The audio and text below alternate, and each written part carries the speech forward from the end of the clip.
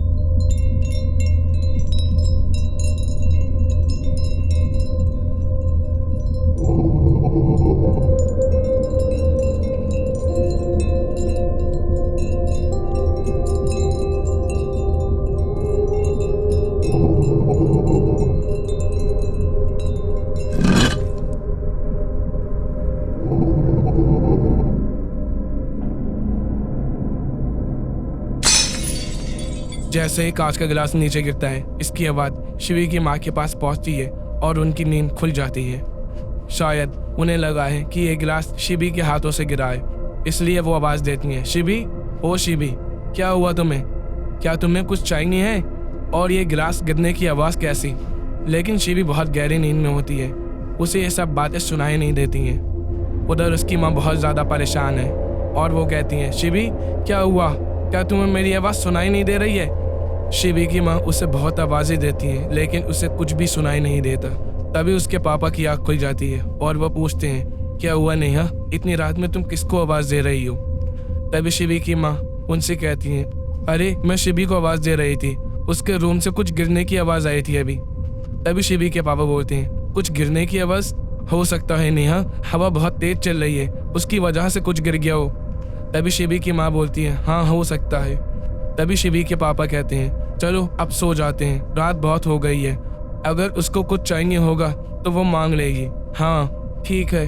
और फिर दोनों लोग सो जाते हैं, लेकिन शिवी के पापा तो पूरी तरह सो जाते हैं, लेकिन उसकी मम्मी को अब भी थोड़ा डर लगता है और वो जागती रहती हैं, बस सोने का नाटक करती हैं।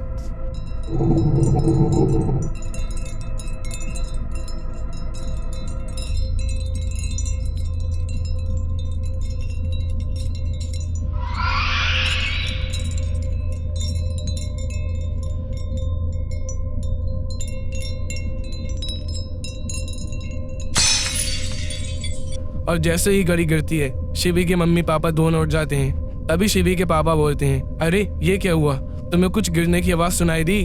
तभी शिवी की माँ, हाँ मुझे भी सुनाई दी, आखिर ये हो क्या रहा है? घर के सारे दरवाजे और खिड़कियाँ तो बंद हैं, अगर हवा चलेगी तो ऐसा तो नहीं होगा। और दोनों बहुत गहरी सोच में पड़ जाते हैं। उन दोनों को कुछ समझ में नहीं आ रहा है, वो सिर्फ शिवी के रूम की तरफ देख रहे हैं। और अब धीरे धीरे वो डॉल अपना असली रूप दिखाने लगी थी। उसके बाद शिवी की आंखें खुल जाती हैं और वो उठकर बैठ जाती है। उधर उसके मम्मी पापा बहुत ज़्यादा परेशान हैं, कहीं शिवी को कुछ हो तो नहीं गया। तभी शिवी को ऐसा महसूस होता है कि उसके रूम में उसके अलावा भी कोई और है जो उस पर निगाह रखा हुआ है। तभी वो अपनी डॉल की तरफ देखती है। जैसे ही वो अपनी डॉल की तरफ देखती है, तभी उसके पापा अपने रूम से आवाज़ लगाते हैं, शिवी तुम ठीक हो? शिवी पापा की आवाज़ सुनकर मुड़ती है और कहती है, हाँ पापा मैं ठीक हूँ, बस पानी पीने उठी थी। उसके बाद उसके पापा ये बात सुनकर थोड़ा अच्छा महसूस करते हैं और बाद में सब लोग सो जाते हैं, सिर्फ गुड़िया को छोड़ गए।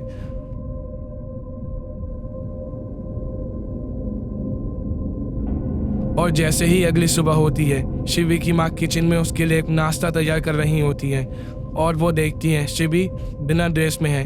तभी उसकी माँ उससे पूछती है, शिवी तुम अभी तक स्कूल के लिए तैयार क्यों नहीं हुई? क्या तुम्हें स्कूल नहीं जाना आज? तभी शिबी जवाब देती है, नहीं मम्मी, आज मुझे स्कूल नहीं जाना है। मेरी बॉडी पर ये खरोचों के निशान हो गए हैं, पता नहीं कैसे। ये देखकर उसकी मम्मी बहुत ज़्यादा हैरान हो जाती हैं और उससे पूछती हैं, लेकिन ये निशान तुम्हें हुए कैसे? कल तक तो तुम बिल्कुल ठीक थी। हाँ मम्मी, मैं रात को लेटी थी तब बिल्कुल ठीक थी, लेकिन जब सुबह उठती हूँ तो देखती हूँ मेरी बॉडी पर ऐसी खरोचों के निशान बने हुए हैं। ये सुनकर उसके पापा भी बहुत ज़्यादा परेशान हो जाते हैं। आखिर ये हो क्या रहा है? रात भी कुछ अजीब अजीब हरकतें हो रही थी और अब ये। और वो शिवी से कहते हैं, बेटा चलो, तुम स्कूल बाद में जाना, पहले तुम्हें डॉक्टर के यहाँ लेके चलते हैं। बेटा तुम्हें बहुत दर्द हो रहा होगा। नहीं पापा, दर्द तो नहीं हो रहा है, बस बहुत जलन मच रही है।